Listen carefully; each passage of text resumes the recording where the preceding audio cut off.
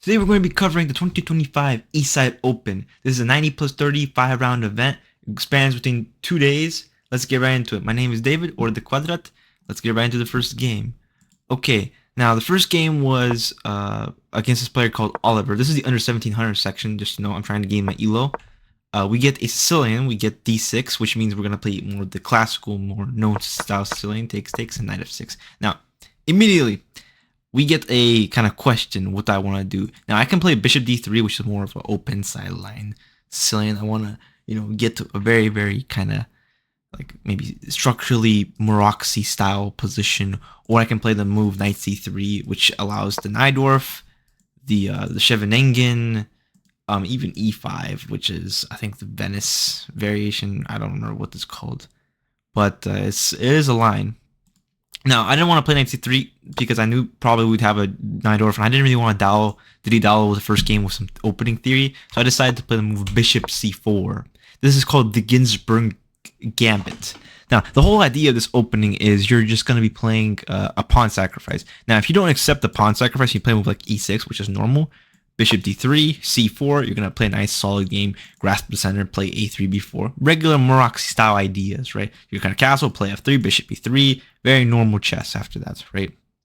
And more or less equal. Now, I'm fine with an equal position. As for the first game, I don't care about having an advantage. It's going to be a long game. I want to create something on the board, not play theory, right? Now, if 6 gets played, castles, if they take the pawn, the same idea will happen in the game. Now, what happens in the game? They take the e-pawn. And bishop takes f7. This is an interesting move, very interesting move. Now, you can call this a brilliancy, but this is still theory for me. King takes f7, queen to h5 check, and here black gets choice. Now, black can play king g6, g6, or king f6. Now, if you play the move king f6, this is an immediate blunder. Why? Because you just play the move knight to c3. This simply attacks the knight with check, and if you take knight, bishop g5 check, takes. Now, pawn takes c3, and this is going to be May after a few moves. Moving the bishop, you can take on d7 with check. It's just going to be an easy game. That's not what happens. In the game, the move g6 was played. Now, the computer always recommends king d5, but generally, generally after d6 takes, and this position gets played, this is very complicated still. The king's on the very, very weak g8 square. Now, we don't have a light square bishop, but if he ever does weaken the light squares in the center of the board, this king has very bad weaknesses towards it. Like we get d5 here, queen f6, bishop e3. The position can get very, very complicated very fast for black. You can even play the move knight f3 to play bishop g5, just giving the pawn up because maybe you can go attack the pawn, or there's a lot of weird lines. But anyway, we get g6, queen d5, takes, and bishop g7. Now, so far, we are still in theory. This is still very known territory. Now, I'm going to mention, we're going to be kind of going through these games kind of quick, even though they are classical games. A lot of the ideas were pretty straightforward. A lot of the games were just very spanned out. We get bishop g7, and here the move's queen f3 check, which is what I played. Now, here the best move for black to defend is king g8, and after bishop to e3, the game continues with d5 and knight c3, castles, and I continue the pressure, attacking. Maybe I want to sacrifice a pawn. There are ideas, of course, if you play the move e5, for example, let's say I play knight c3, e5, I can just immediately move the bishop, sack the piece, and if you take here, queen takes d5 is immediately winning because the back rank is weak, the king is weak, it's not going to be good. But that's not what happens. In the game after this, we get the move bishop f6. Now, if the move queen to f6 gets played here, this is an immediate blunder. After queen takes, knight takes, knight b5 attacks a pawn and threatens a fork. The only way to continue the game from here is you lose the pawn, and I will be better. Come confidently up a pawn and very happy. Now, after king takes, same thing gets blundered, so you can't really do that. So my opponent played the move bishop f6. Now, I do remember that this is not the best move. I thought that the position was just fine for me. I could play anything here, but I missed a move. Here, the best move is knight c3, continuing development and developing the knights, maybe play e4 after castling. However, I played the move bishop g5, completely missing the move queen a5 check, which attacks the king and the bishop and immediately makes this move very irrelevant. If I play knight c3, I will lose the bishop, so I play bishop d2, only move. We get queen check again, and I play the move knight e2. Now, this is a very greedy way to play chess. If you take the b pawn, you immediately lose. You immediately lose because your bishop is forked because it's defending this knight. This rook is defending this knight. This bishop defends the rook, and the knight. It's just a big triangle, right? If you take, you can't take because the king is pinning the bishop. And if you move the king, I just take this bishop free. Now that's not what happens. After knight 2, we get to move knight to c6, which is proper way to play. I castle. Good thing to mention here: if you play the move knight to d3, knight to d4, queen to d3, and I think even knight takes e2, knight takes e2, queen takes b2. This is a very complicated game. It's not clear if this pawn sacrifice is good or not. I decided not to do that. I instead play with castles. We get queen to f5. I play queen b3. You don't want to trade queens when you just gave up the bishop pair and the black has the whole center. You don't want to trade queens. In this type of endgame, you want to keep the pressure going. We get queen to e5, just attacking a b pawn. I, of course, defend it, develop a piece. Always good to develop a piece. I actually did consider here, after queen e5, to repeat moves, because the rule is always repeat, always keep the game going. But there's no increment, there's no extra time after the move 40 happens. The game is going to continue plus 30-second increment, and you're never going to have time trouble. So after this, we get knight c3, knight a5, and immediately I get the option to play queen b4 and trade queens. Now this would just be a bad idea, not good. And if I play the move queen b4, knight to c6 all of a sudden seems reasonable. So I play the move queen a4, simply disallowing white to develop their bishop to d7, making this queen good still. Maybe I'm going to play b4, who knows. And here we get the first weird move of the game that's just losing. King e7. Now, I'm going to mention I have no idea what this move does. I have no clue. I actually have zero clue what it does, but I play the move bishop f4, attacking this pawn, and here I have two choices. I can play the move b4 or knight to e4. Now after a bit, I looked at knight e4 and I was like, okay, queen to c5, we get bishop takes, king f7, queen takes knight, queen takes e4, and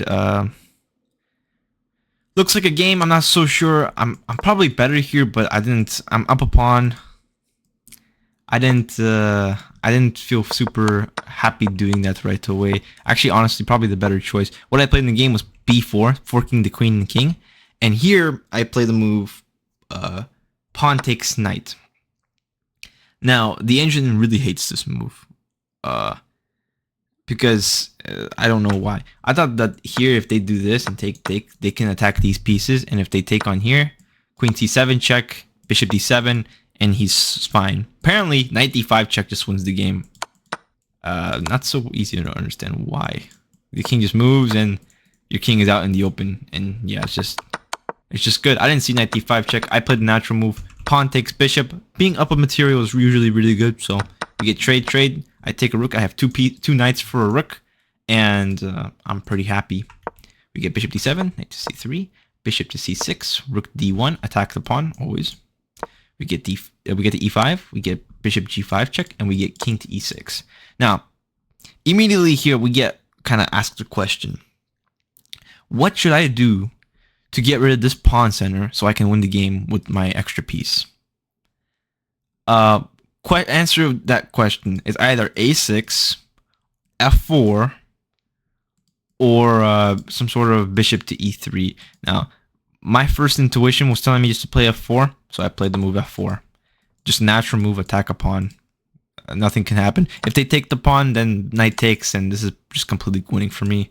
Weak pawn, good knights. Nothing bad's ever gonna happen here. I can put my knight on d5, and I'm just cooking here, So after f4, we get h6, bishop to h4, and rook a c8. Now this move really confused me because as soon as this move got played, I was like, huh?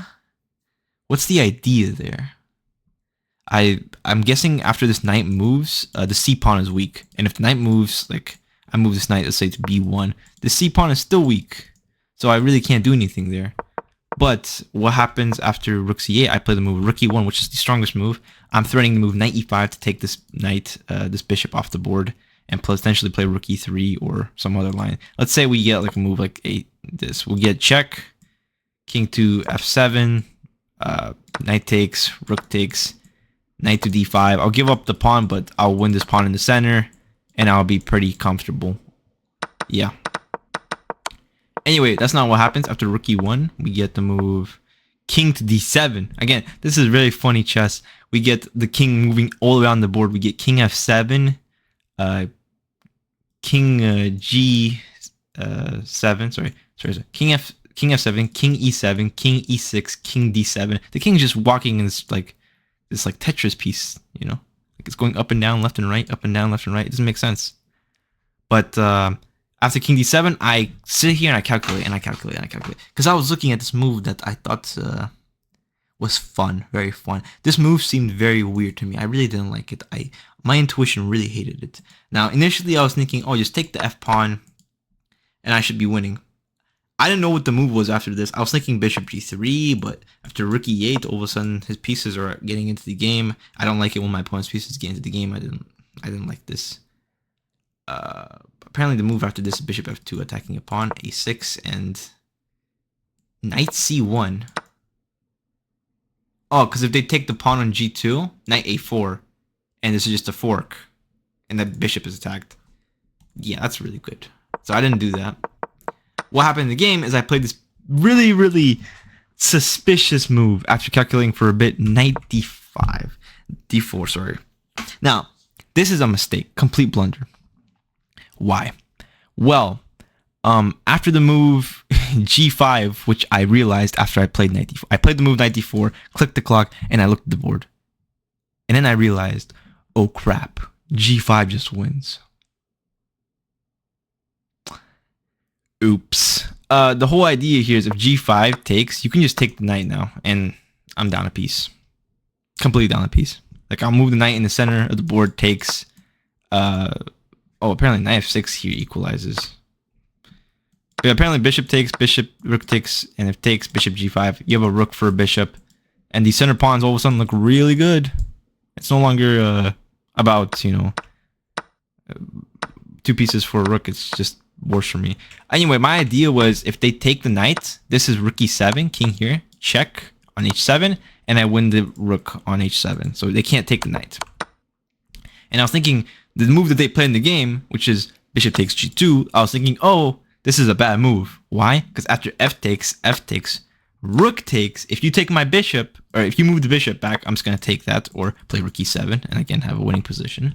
Or if you take my rook, take my knight on c3, I take on g2, and all of a sudden, I traded off a piece. I got rid of the big center in the center. I'm pretty happy, right? But instead of king takes right away, I played rook e7 check, king takes g2. Apparently, this is not as accurate because the king runs away to this side of the board. Yeah.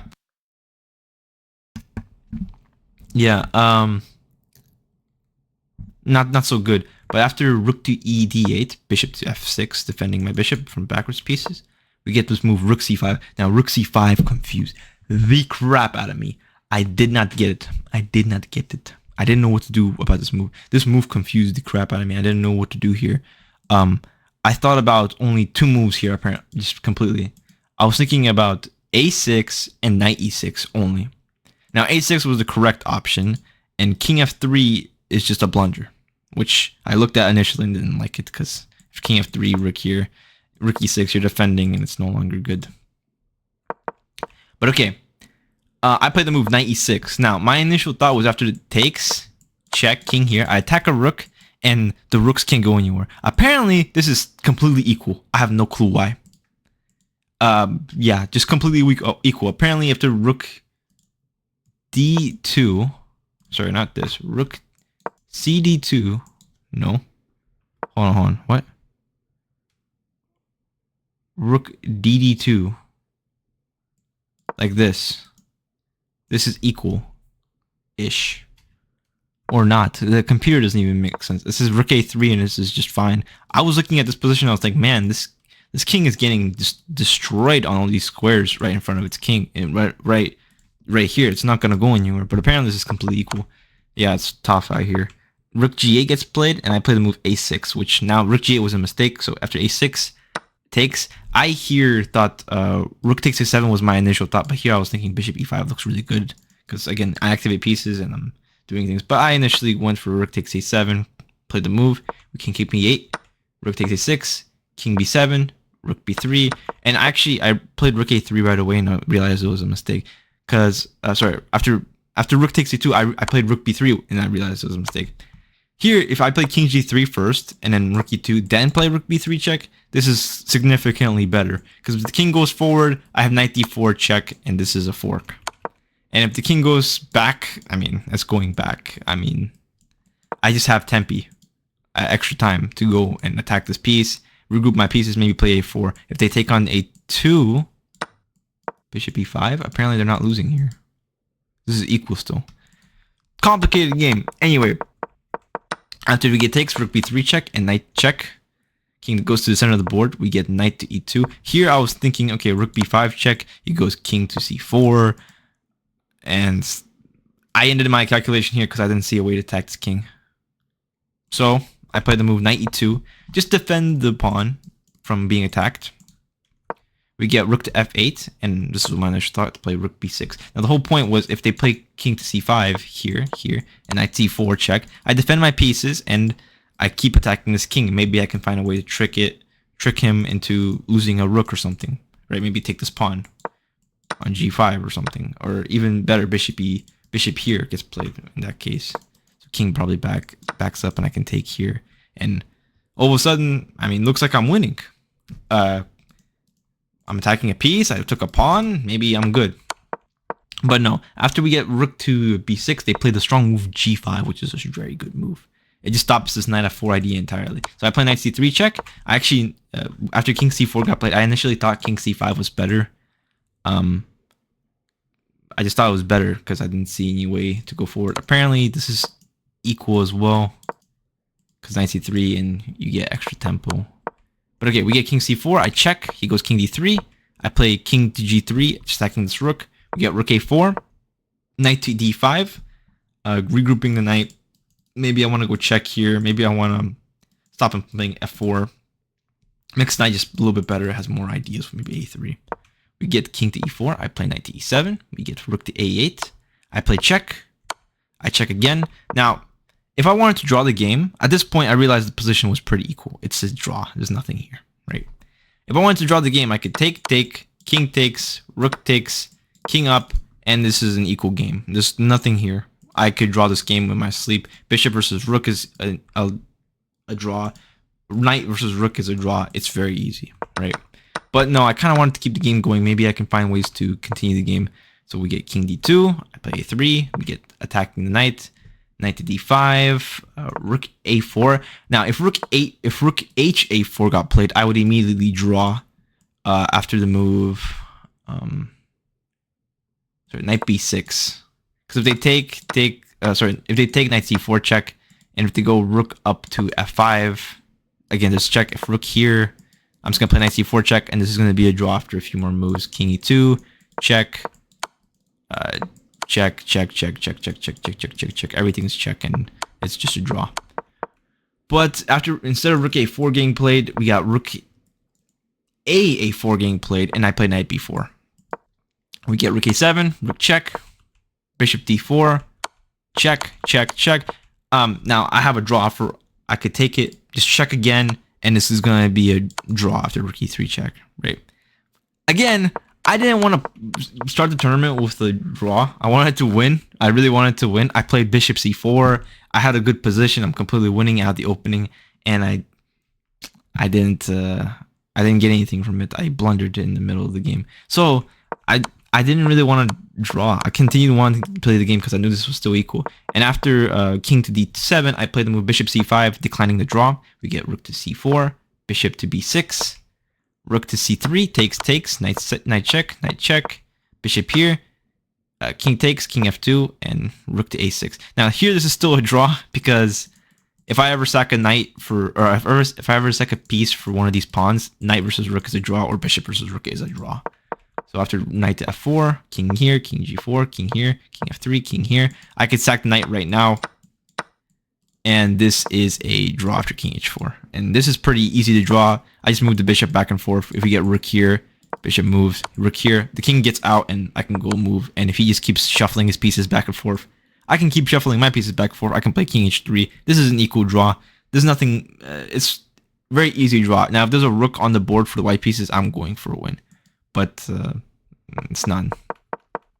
But anyway, Instead of doing this, I played the move bishop check, knight check, knight check, knight check again, king to d5, rook c6, rook b8. I kept the game going.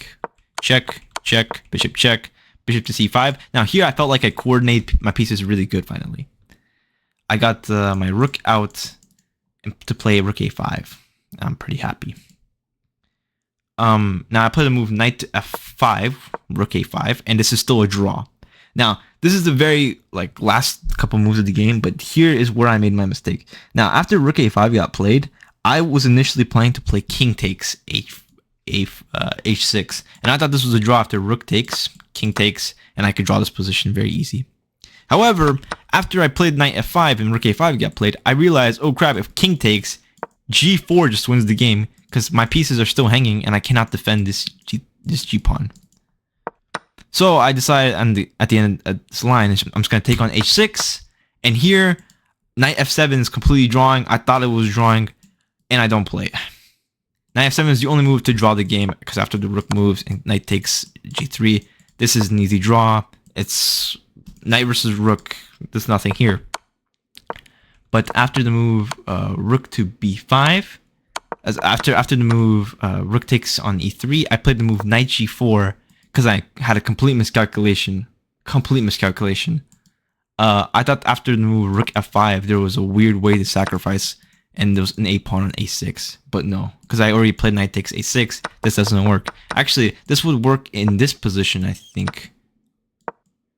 Like this. This is what I was thinking in my head initially. Like a position like this, where this is stalemate. The king is stuck in the cage of the pawns. That was what I was thinking of when I played the move knight g4, and it's just a losing blunder. Anyway, after rook moves, after I play the move knight to f7, king here, knight check, king here takes, and the king moves to f4. This rook is pinning the knight, and I'm gonna lose the knight, and the game ends, and I lose the first game.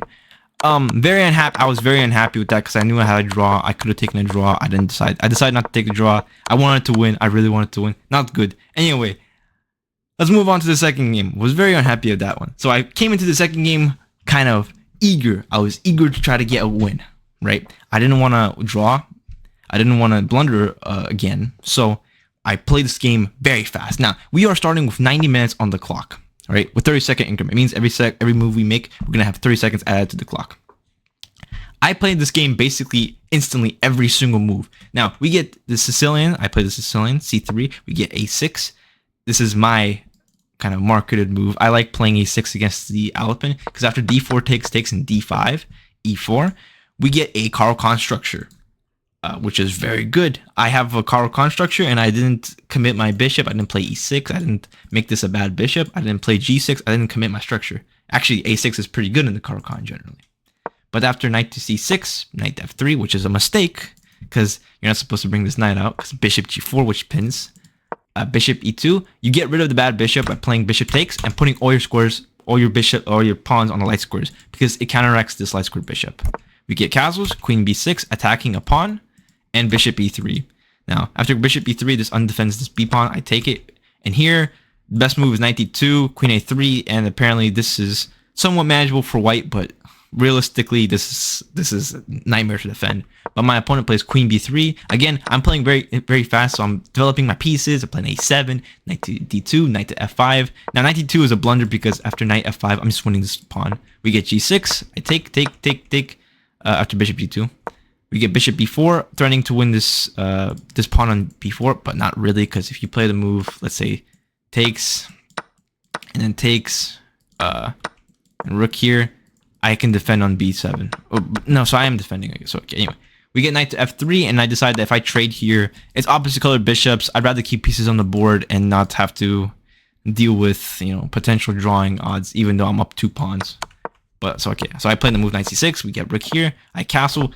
It is much better to play the move king d7 or king e7 here. I wasn't thinking too much. Again, I was playing instantly. Castles, rook c8, h3, knight a5, rook c3, rook c8.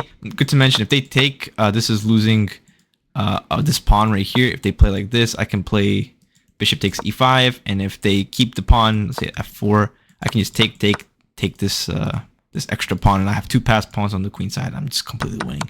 I'm still winning here, so rook c6, rook c8, doubling up the pieces, g4, knight c6. You gotta trade off pieces if you want to win. We get bishop to f1. I decide to strike in the center with f6. We get takes, rook d3. This is a mistake because after takes, bishop d3, rook d3, the bishop is forced back. And after this, I can play the move king s7, which is much better. But again, I thought it would be more fun to play move e5, which is not the best after bishop g2. But I play e4. We get king h2, king f7, king e6, king to e5. There's not much to explain about this game. I'm just up 2 pawns, and I'm winning the game. So I'm kind of going through this one quick. We can take stakes. Rook to f3, rook to b2, d4, rook to c3. Good thing to mention, if I move my rook back, this rook no longer doesn't put pressure on this pawn, so this rook can swing to the side and try to pressure these center pawns. So it's better to just put the rook on c3, continue putting pressure on this pawn. We get rook to b1, king f5, fork. I don't take the pawn. You never want to waste time. d3, bishop to c4, which I don't understand. b5, bishop back. King f3, attacking a pawn. We get king g1, protecting the pawn. d3, bishop check, king f4. Rook to d1, rook, pinning the king to this rook. King to f1, takes, bishop to e4. h5, restricting this bishop. Maybe I want to play h4, h3, h2, h1. We get king g2. I play a5, now realizing the only way to break through is if you take this, I play rook takes d1. And if you take me, I promote. And you can't really take this pawn, so now I'm just going to break through on this side of the board. a5, takes, f4, en passant always, and a3, king f2, a2, rook takes, promote, and after king to e2, king here, and we have checkmate beautifully with this king absolutely covered all directions. And yeah, that's the second game.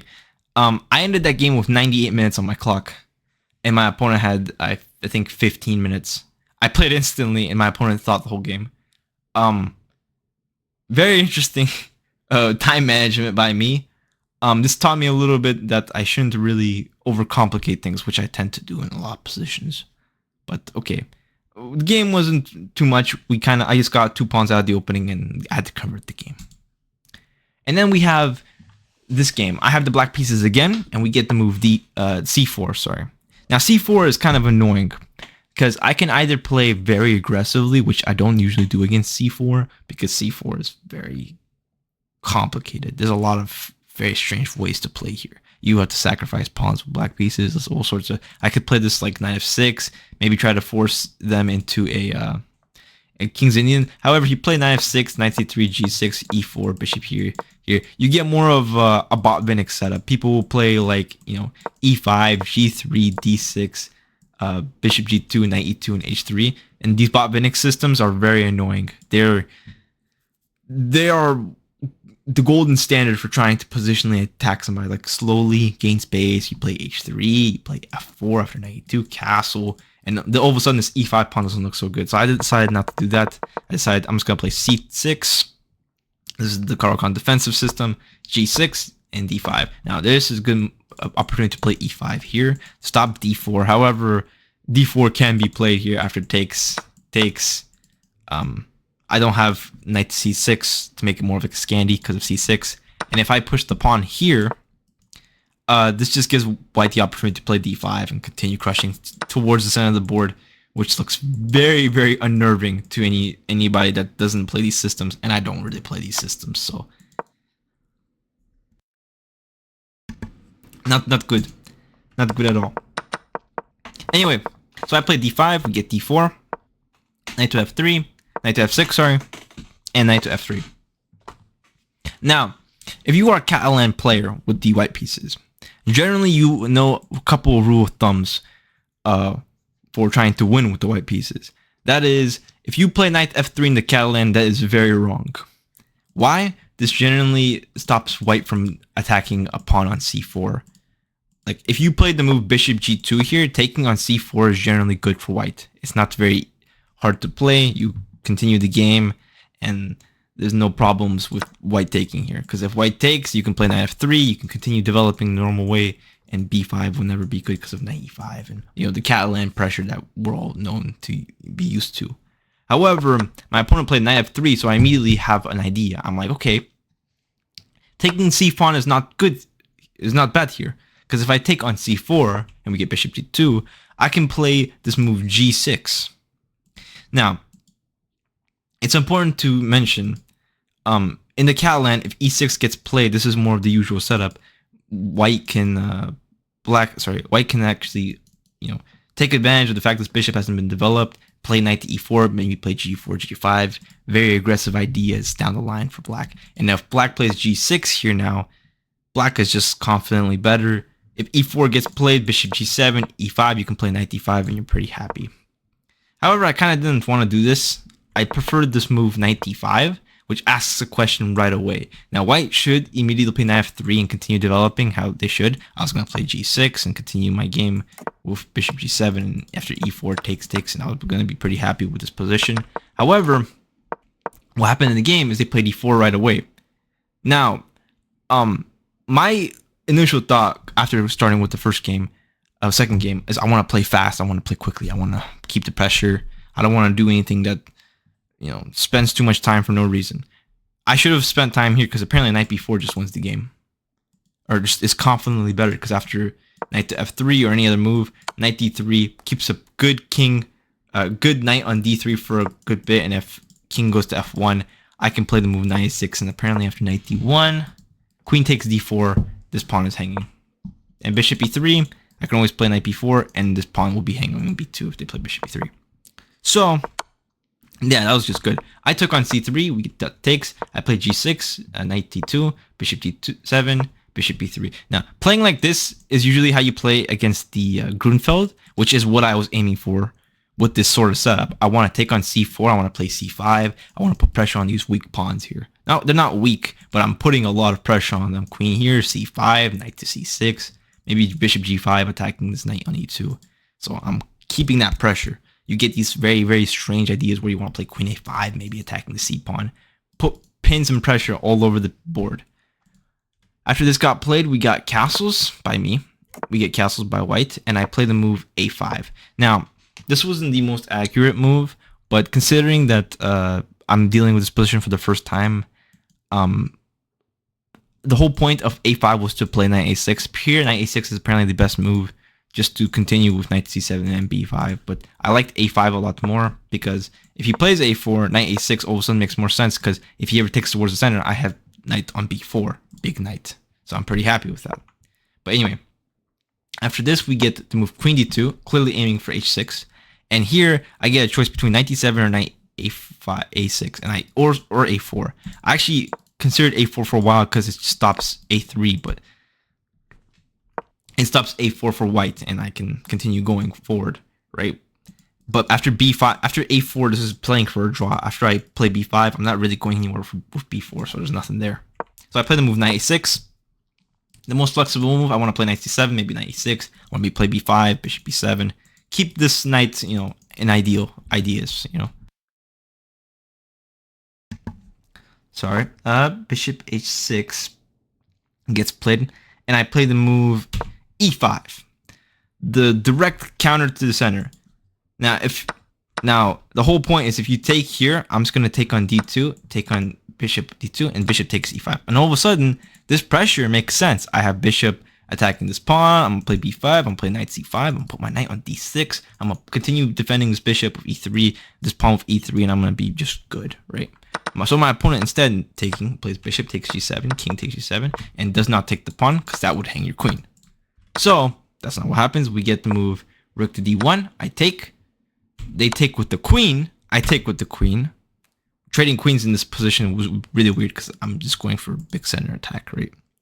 We get rook takes. Now, if pawn takes in the game, b5 is just clearly winning. That's what I thought was going to happen, because the main goal in the Catalan most of the time is to take in the center and have a big center and put pressure on these pawns. However, rook takes kind of goes more with the idea you want to put pressure on these pawns. Now, here I thought for a while. I thought for a good bit. I calculated b5. I calculated bishop g4 and those two moves. Now, after I looked at bishop g4, f3, bishop to e6, and knight f4, I dismissed this line immediately. because I really did not want to give up this light squared bishop, like at all. Because after you give up the light squared bishop, let's say I play b5, takes, rook d3. I'm getting forked here. Both of my pawns are getting forked. I'm gonna lose one of these pawns, and I didn't like that. Apparently, this is just completely winning because after rook c8, rook d6, and knight a4, putting pressure, I can play b4 and just continue going forward, which that's just winning. I would have preferred to play this move. I probably would have won the game with bishop e6. It's very hard to do. Spoilers, by the way, we'll run the game. But okay, we'll see what happens. I play the move b5. We get e5, attacking the c-pawn. And again, I get this option to play c5, which I looked at, and after takes, knight takes, I thought, okay, this is kind of strange because after knight takes, where am I going with this game? Apparently, the whole idea is I'm going to play b4 and after bishop d5, which I looked at these lines. I'm just going to give up this whole pawn on c4. Yep, completely. And apparently, this is better for black. And it's not super clear at all. Knight b5. Wow. Rook c2, and I'm threatening this. Knight d6, blocking. Knight b4, defending. Rook c1, threatening a3. Yeah, not super clear. But okay, I don't do that. I play bishop e7. Very natural move. I actually considered knight b8, but I thought this is just such a passive move that it's ridiculous. I'm not going to do this. But okay. Bishop e7. Computer actually likes knight b8, I'll mention, which is crazy to me. Rook d6. And here I considered rook c8, rook d8. After rook d8, which I was calculating, I considered bishop takes, bishop takes, rook d2 takes, rook takes e2. And after the move bishop e7, I thought that I'm probably going to lose one of these pawns here in the center after rook b1. Because if I take on a2, we get rook takes b5. And if they play b5, if I play b4, we get bishop b7 after takes. Which apparently is winning because of c3. Wow. Yeah, takes, and this pawn's going. Yeah, I didn't see that. That's very strong. It's kind of hard to see that from all the way back here. So I play the more natural move. I play the move b4.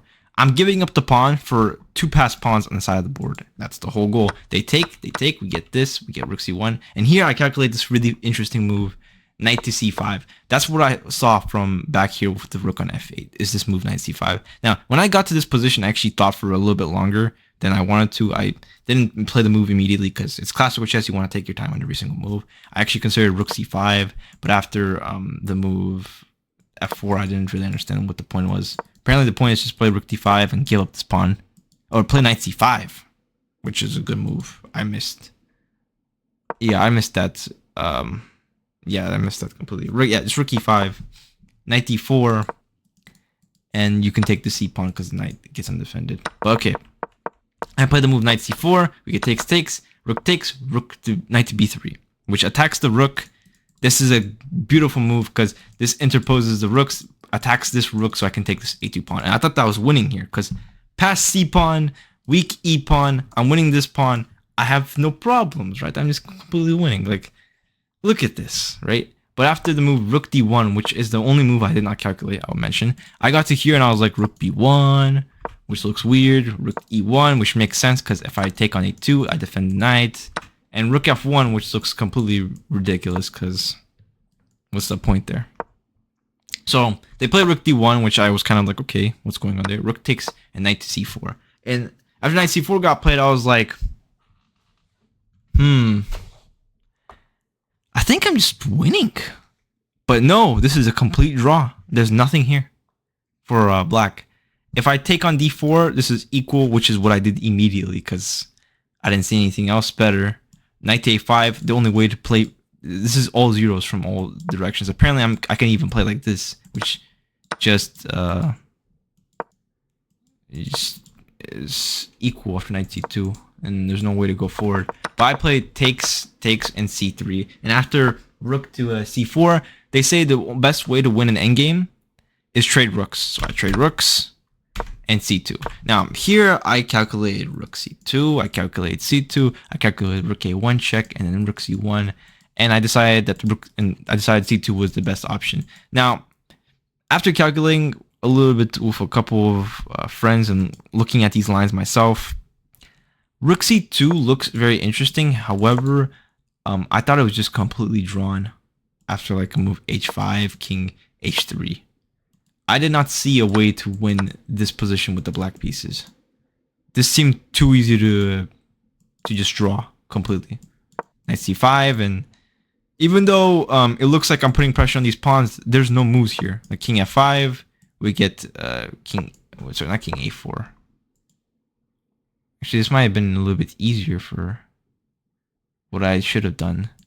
Okay, rook c7, and you can take this pawn, and apparently this is still an equal endgame because being down a pawn is not winning in chess. But okay, nonetheless, I play the move c2 because I find this really interesting line. I think about this line: king g2, king f8, king f3, king e7, and king to e3. And I thought I had the most tricks in this position.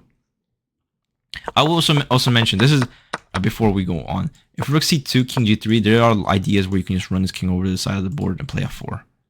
Like if we get king f8, or let's say we get h5, right? King to f3, king f8, king e3. White will play f4, give up the pawn for this pawn, and that's gonna get a similar structure to what we got actually. But after c2, king g3, king f8, king here, f4. There's actually some funny blunders you can play here. If you play the move king e4, which seems natural, you're still going towards this pawn. Rook a4 pins the rook, and you promote. And if you try to defend, attack his pawn, you take and promote, and you're winning with black pieces. So that's not what happens. Instead, after king f3, king e2, king d5, f4, I thought king d5 was winning, but no, I missed that you can just play rook c7. If the rook goes anywhere on this angle, like if you get rook to d4 check and king c5, I'm completely winning here, because if you move the king, I will just take the rook, and if you play this, I'll promote to even a knight here. I think I'm just completely winning. Yeah. So we get to rook to c1, c8. They play check. I take, and we get this very drawn, boring endgame, which is famously it's 3 pawns versus 3 pawns. There's nothing here to play for, and I play out the game. I'm just trying to, maybe find something. I play king h6. Maybe I wanted to go my king up with g5. They play rook h8, basically just saying, I want to draw the game right now. We get king g7, and I check a little bit. I keep the game going. I don't want to draw. I want to keep the game going. I have some ideas, right? And after a bit, after rook e7, we get rook c1. I play f6. They play rook c5, and immediately I'm like, oh, maybe I have a way to win. Takes. They took with the rook, and I was like, oh, maybe this is completely winning. No, it's not. After king f3, g5, king e4, king to e6, this is a drawn endgame. Even if you play king f3 and give up the pawn, this is completely equal. If the king keeps moving back and forth and we get g5, for example, there's no way to move forward here without losing the pawn.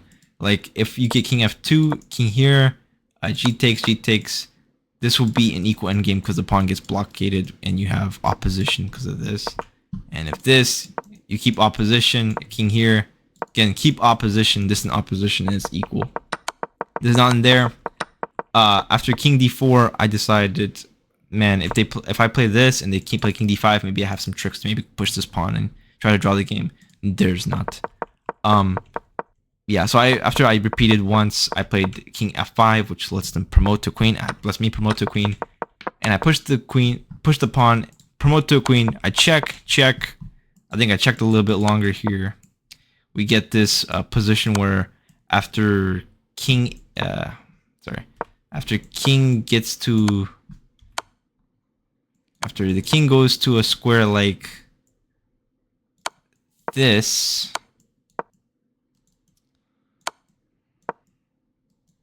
I would be able to win the pawn. But sorry, I was trying to find this line.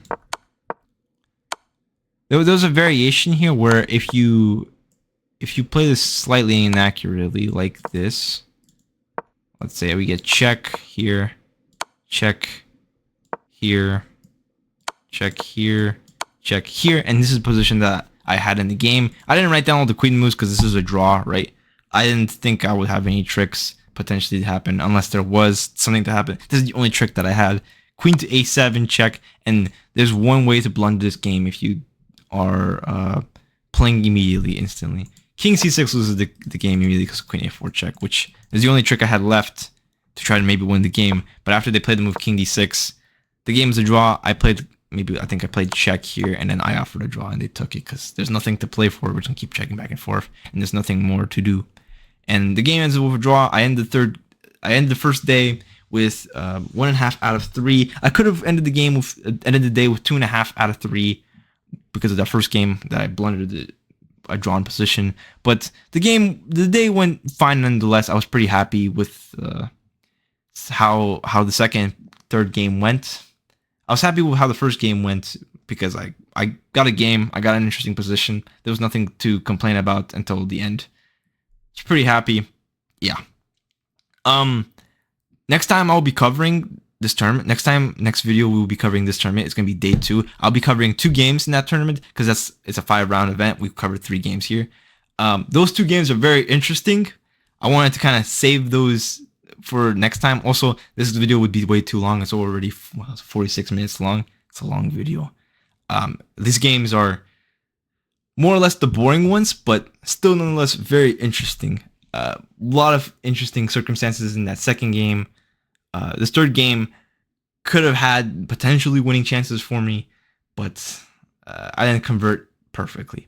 Anyway, that's going to be it. I'll see you guys in the next tournament and the next video. That would be it. Yeah. See you guys. Hope you guys enjoyed.